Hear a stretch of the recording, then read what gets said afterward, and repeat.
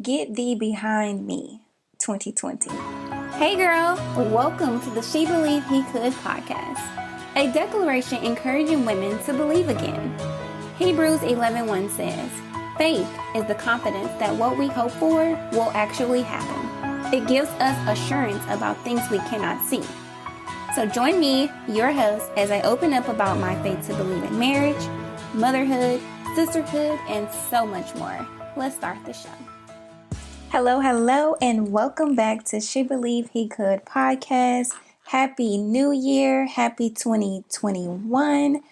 2020 is finally behind us, and I don't think I've been more excited to say, Get Thee Behind Me 2020, okay? Because that was definitely a year to remember. And there has been a few events already in this new year, but you know what? We are going to step out on faith and continue to trust God in the plans that He has, not only for me, but for you and all of those around us, because God is still good and He is in control, and there is nothing happening in this life that He hasn't already seen. So I just want you to be encouraged in this moment right now that things that are happening right now in today's world, God has already seen it. He's already been in that very place. And so we have to continue to trust Him as we go out into this world. Not to say that we're going out ignorant, vulnerable, or just oblivious to what is happening around us, but we're saying that my Bible calls me out of this world. So I'm going to believe in God for more. I'm going to trust that He is still in control, that He sits on the highest floor, okay? You want to talk about the Congress, House of Congress, but I didn't get on here to rant about that. I'm just saying, put your faith in God, put your trust in God, and really believe in your heart that it is still good and that this too shall pass, right? So it's been, 2 weeks since I've been on the microphone, and I'm so excited to be back. I hooked up all of my systems today, and I'm like, wow, like I literally took a break, and it was really refreshing. And so I'm just grateful and thankful for everyone who tuned in to old episodes while I was away. You guys have really showed out and showed support, so I'm very thankful for that. I want to announce a couple things that we have going on right now. I do want to remind you to please remember to rate and review the show on Apple Podcasts if you listen there, or if you're tuning in on other platforms. Shout out the podcast on social media, so like Instagram, and tag which episode you're listening to, because I want you to be a part of the shout out Sundays that I am currently doing on Instagram. I want to be able to highlight you and just say thank you. So if you are leaving a review on Apple Podcasts, let me know where you're from, what social media handle I can tag you at, so I can shout you out. Second thing, I just want to announce that we are in season 2 of this podcast. And my last episode, I announced that we will be producing this show in seasons. And I think it's so important to really walk in transition when God is showing you direction in the areas that you should go. And I believe that God created seasons in transitions. We go from summer to fall, from fall to winter to spring, and back to summer. And not only do He want us to experience that in the natural, but in the spiritual. So there needs to be a refreshing, a renewing of the mind, an awakening of the soul each season.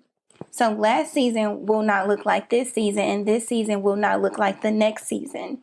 And we have to be okay with that. We really do have to embrace change. And so season 2, I don't know what you have in store for us, Lord, but I know that in your name it is already good and it is well. And so on this episode 26, I want to highlight and reflect the year 2020. The year 2020 was the year of push for myself. The year of push. I was taking notes and just going back throughout the whole year of 2020. All of its good, bad, ugly, sad, and sorrow. And I really wanted to just highlight where I was spiritually, emotionally. I think it's really important to reflect so you can know where you need to review some areas of your life so you can kind of know what's refreshing as you walk into this next year. Know that it doesn't have to be like 2020. You don't have to be with that same mentality that you had in 2020. You can make a change and you can do it right now. Speak life, decree and declare new blessings over your life. Speak and declare new opportunities, new chances that are coming your way. Speak life right now. So with all of this being said, I definitely want to know, how was your 2020? Just give me some reflections, give me some highlights.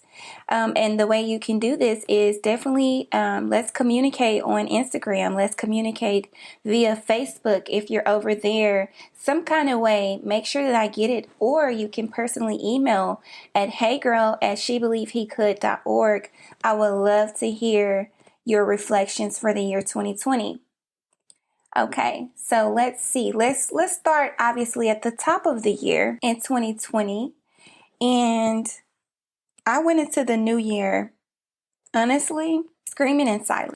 I did. I left 2019 very distorted, very uncertain of 2020. I had all these pressures of, this is the year of vision. This is the year to really step out and do all of the things. This is the year to really pursue purpose. And then I went into 2020 shook. Coming out of 2019, my husband really experienced a lot of moments and areas of grief.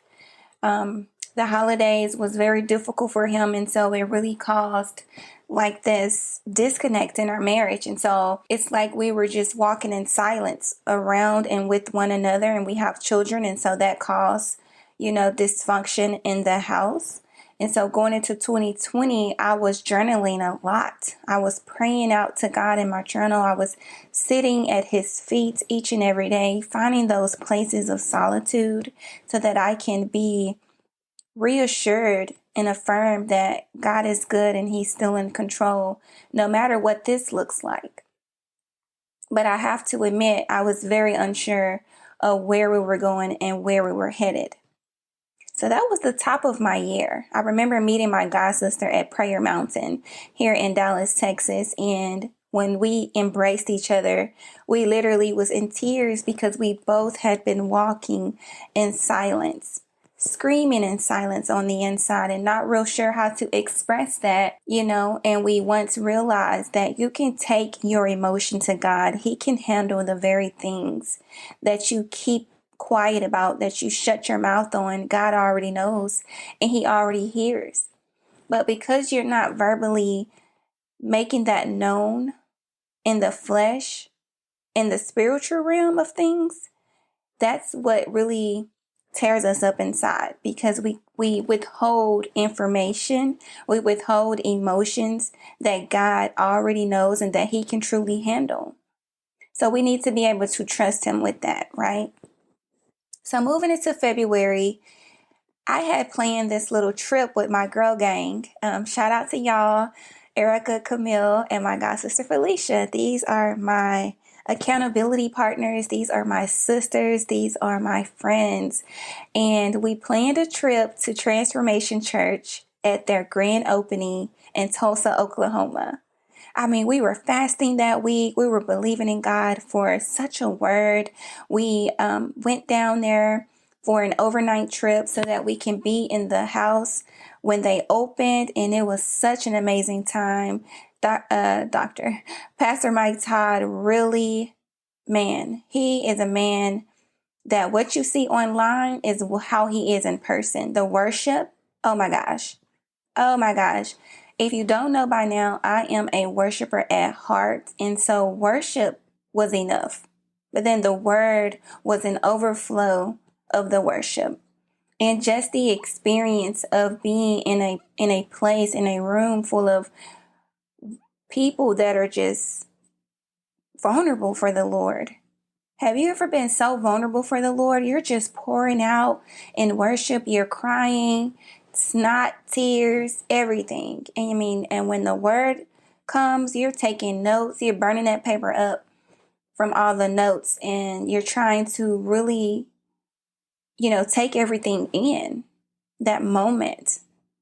And so that was February for us. And I really enjoyed that time. And I cannot wait to get back to Transformation Church to really experience yet again that house of the Lord. It was amazing. Following up in February, my husband and I, we lead and host a couples trip every year. So this year we're coming up on our 4th annual couples trip.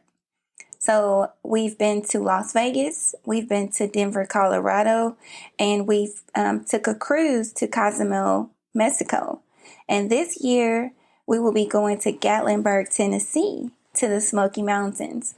And right after I came back from Transformation Church, I felt that I had what I needed to pursue my marriage and to be really intentional in my husband and the way that I loved and the way that I needed to be loved. And so going on that couples trip was very refreshing. We so needed it. We needed the time away from the children. We needed the time off of work.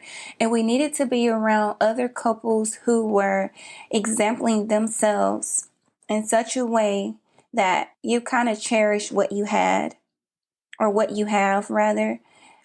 It's something about being in a community with other couples. Your heart grows in this grateful place that, yes, we're not perfect, but we're not so far off as we thought. So going into March, boom, COVID, pandemic, panic.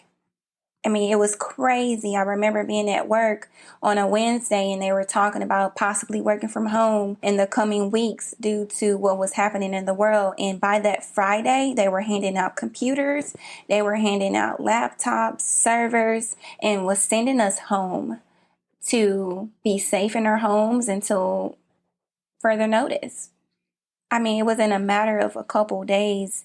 Our job was literally packing us up for the last time. March was like, whoa, how did we come off of this? An amazing trip to Tulsa, this trip to Mexico. I mean, spiritually, I was so high in the sky, and boom, right? And isn't that how it always happens when you're just on this spiritual high, and then all of a sudden you hit this all-time low, and you're like, whoa. So March, in our family, we start to celebrate birthdays, and we experience quarantined birthdays for the first time. Started with my oldest and trickled all the way down to the youngest through the month of April. And then I turned around and turned 30 in the month of May.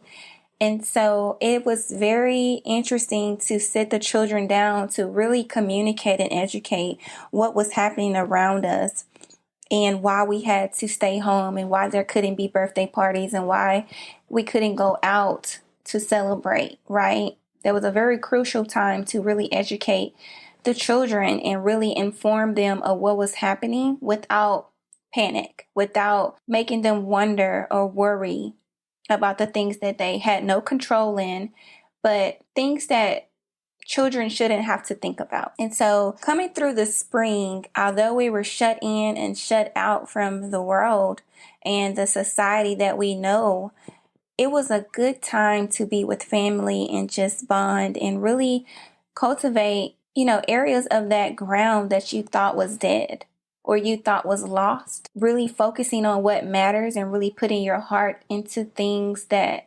genuinely matters, And so going into May, there was another shift within my home. I believe it was starting in the end of April. I think the pandemic and just the uncertainty of everything, it really shook the grounds of grief. And if you're somebody that struggles with grief from time to time, because what I've learned, in walking with my husband in these seasons of grief, that it comes in waves. It's not something that you can just ever stop experiencing or something that just doesn't happen. It really comes in waves. And so when it hits, it hit hard. And so you really have to brace yourself and be prepared for what is to come. And so going from the end of April to the month of May, there was some uncertainty once more in my marriage. And I wasn't really sure why there was places of isolation, why there was moments of confusion and chaos and disagreements and disorder within my home. Yes, I could have blamed it on everything that was happening in the world, but it really was an eye opener and a heart checker for me and my husband. We both had to dig deep within ourselves to see, what is this? How can we overcome? How can we really invite God into this space and allow him to do the work? You know, I think so many of us, and I can speak to my married ladies, that we try to fix our husbands and we try to undo things in their lives that we didn't do out of the benefit of ourselves. And we can't operate our marriage in that way, because it will only wreak havoc, because you're not God and you can't save your spouse. You can't be worried about his salvation on that level. Do you understand? We are not built in that way, and we don't have the capacity to save other people. We can encourage, we can motivate, we can inspire, we can be the salt and the light as God calls us to be. But he is still God and he is still King, and Jesus is the one who saves. So it's like you really do have to put God in the order that he belongs, and that is first, right? So I did a lot of fasting in the month of May leading up to my birthday. I was so consumed with just being surrendered to the Lord that I wasn't worried about my 30th birthday. I wasn't looking forward to it. I wasn't really excited, but what I could tell you was that I was in a place of surrender. So if I was going to cross over into this new year of being 30 years old, I think surrendering is a great place to be. God yet did it again. You know, he really allowed us to really seek him on some things and walk us through the difficult areas that we couldn't have done on our own. You know, you really do have to give credit where it's due and give glory to God in your life when you know that it was nobody but God, right?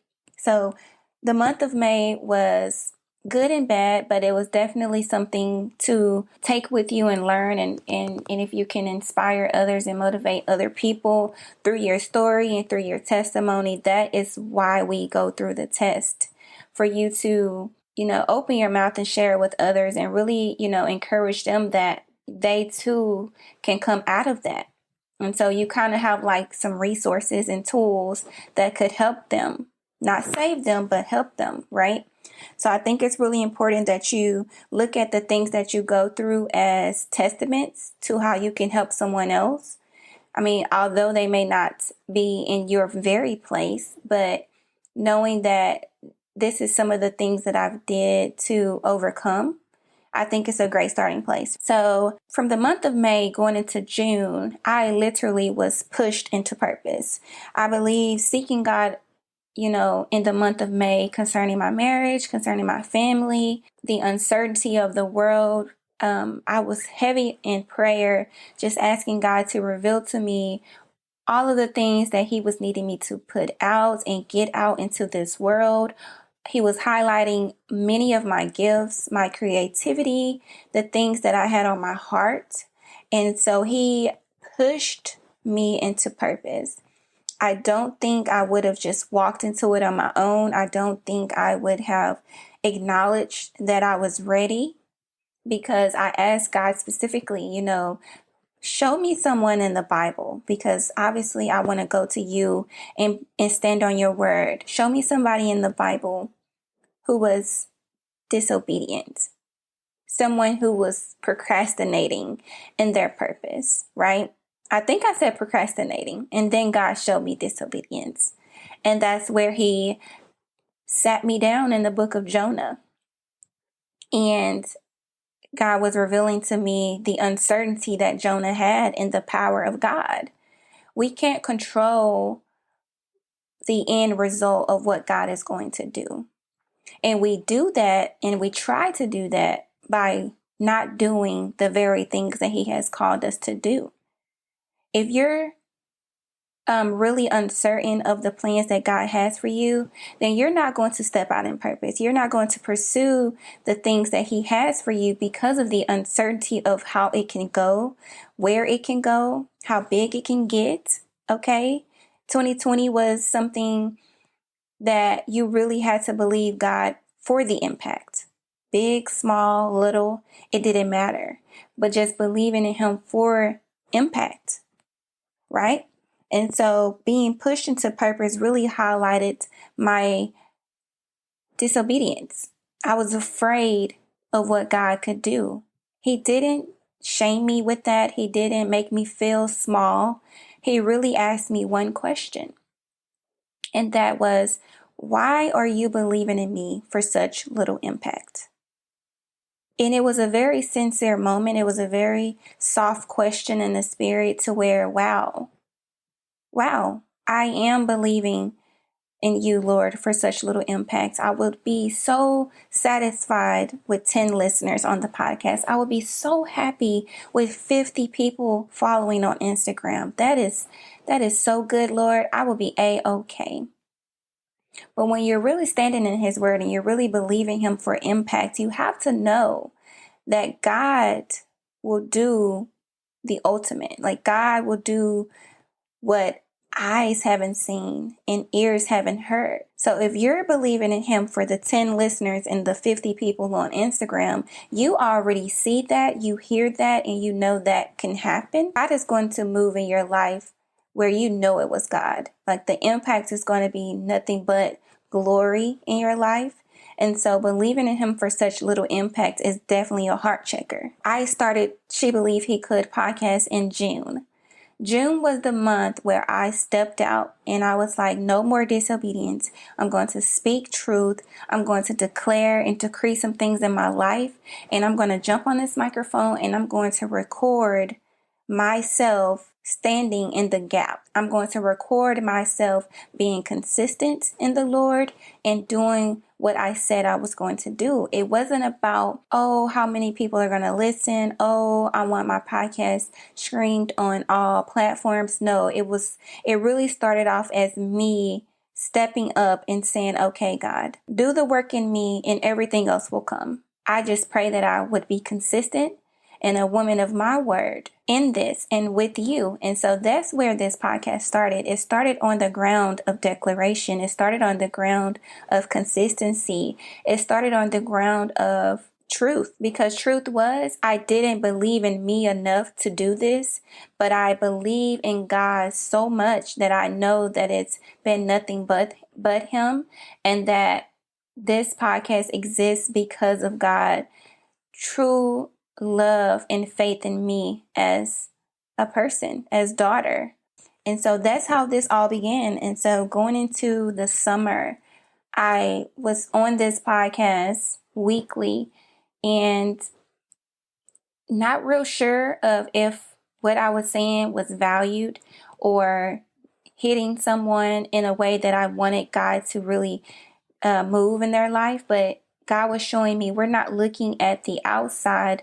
We're looking on the inside. We are doing things internally. Therefore, you can have the strength and the length of longevity to be able to produce this show in the way that I need, speaking as God, as He need this show to be. And so when you think about impact, okay, if God's hand is on this very thing, then you have to know that it's good and that you can do all things through Christ. You can't get on here weekly in yourself and in your own head, heart, and emotion, because obviously things change and we're not going to feel like it all the time. But with God, all things are possible. So with that, going into July, that's my husband's and I anniversary. We celebrated 7 years of marriage, and we go hard for our anniversaries every year because of the testament that we walk with daily in our marriage, and the reminder that but God, right? It was nobody but God. And so we really do celebrate accomplishing another year every year. So that way we cherish not only that moment, but just knowing that, okay, we did it another year down. And and one more year ahead of us. And we literally take it one day at a time. And we truly trust God in all that He is doing and will do. Not to say that it's been easy, not to say that it won't get tough, but you have to really believe in something more and something bigger than you, something bigger than your spouse, and everything else will truly reveal itself in its time. So August, back to school for the children in a pandemic. I was very uncertain of should they stay home and be virtual? Should they go to school and just wear the mask? And so it stressed me out. I was like, I don't know. I really want them to be home, but I know that there is such a need for them to be in the school, front and center with the teachers, and really just identifying themselves as students and being back in society with other children. It's so crucial for them to know that there are other children and there are other people in this world that are experiencing some of the same things that you are, and that you're not isolated and that you're not alone, right? And so when I sent them babies back off to school, they were so excited to be back. They were so excited to see their friends. Yes, it looked different. Yes, they had masks and face shields and was looking real crazy out there, but they were protected, they were loved, they were safe, and they were excited to just be back in the routine of going to school, So from there, we went into the month of September, where I stepped out and invested myself in a business coach. Shout out to Tatiana Muse over on Instagram, also known as the Stationary Muse. I invested in her 12-week coaching program, and I was really scared at first, but when we had our call to just kind of talk about if we were going to be a good fit for one another, I knew without doubt that, again, I wanted to be intentional through purpose. Not only did I want to pursue it, but I wanted to be very intentional with the way that I moved, the way that I operated, and also I needed help. Okay? When you've been stuck in a place of doing things your way for so long, and you may not have been doing anything, you kind of need somebody to really meet you in that place and coach you through some things that you had never thought, really talk out processes and what that looks like, really start to seek the plans on a different level, right? So from September all the way to November, I'm in this coaching program, and Tatiana is one of the coolest people that I know. We really enjoyed one another. We are beyond just business coach and client. We are truly sisters in Christ. And I believe that the investment was not only financially within myself and the plans that I wanted to pursue and get accomplished in the program, but it was something that God needed me to see, that some of the things that you thought you were lacking or that you didn't have, you had it all along. You just didn't know how to utilize it. You just didn't know how to express it. You didn't know where to find it. I did a lot of prayer and fasting throughout that program because there were moments where I felt like it was too much. And I just want to encourage you right now, when you're stepping into something that you haven't done before, it's going to feel like it's too much. It's going to be overwhelming. It's going to be so much more than what you want it to be. But you have to know that is the very place that we are needed, because we are called to experience new things. We're called from glory to glory. So God will continue to walk us onto new levels. And if we are so content and if we're so complacent in the very things that we are currently doing, we will be very shocked and surprised at the new things. And sometimes we'll be very afraid of what's to come because it's unfamiliar and we've never been there before and we haven't done those things before. And so that pressure will be applied. The pressure will be applied. There's no doubt about it. But it's all about finding your courage, seeking God for help, and really saying, I can do this. Really speak life over yourself and mentally check the girl within that's holding you back and keeping you afraid. You don't have to be. It's scary for all of us, but you really have to know that I'm scared right now, but I won't be scared for long. Like this too shall pass. This is just a moment. I believe that so many of us, we take these moments of time and we hold on to that moment and we don't receive anything else because we're so afraid in that moment. So I wrapped up that program in November, but let me backtrack a little bit. I think I skipped my very first podcast. I was asked to be on Therapy as a Christian podcast. I believe it was in October. And that was my very first time being asked to be interviewed and starred or co-hosted or whatever you want to call it on another podcast besides my own. And it was such an amazing time. There are part 1 and part 2 to that show, and it was so good and so rich in the ground and in the soil of our hearts that I was just blown playing them back. Some of the things that I don't remember saying, I said it, and I know when God really had me by the hand on that episode, right? So if you haven't checked out that episodes where I was over there, check out Therapy as a Christian podcast by Rosalind Renee. You can find her on all podcast platforms, Apple Podcasts, Google Podcasts, things like that. So November, I got invited to be a guest speaker at a women empowerment, like women's inner healing event here in Dallas, Texas. And I was like, okay, God, I see what you're doing, because the investment was not only financially, but it was spiritually, it was emotionally. God needed to know mentally that I'm going to call you to great things, and I need you to be ready. I need you to know that you have everything within you that is needed to get this done. So that happened, right? It was so good. God really met me in that place. He really showed up in my physical form, spiritually, to where I was able to produce a mighty message. I met some amazing ladies during that time in November, and I was just really excited for what God was doing.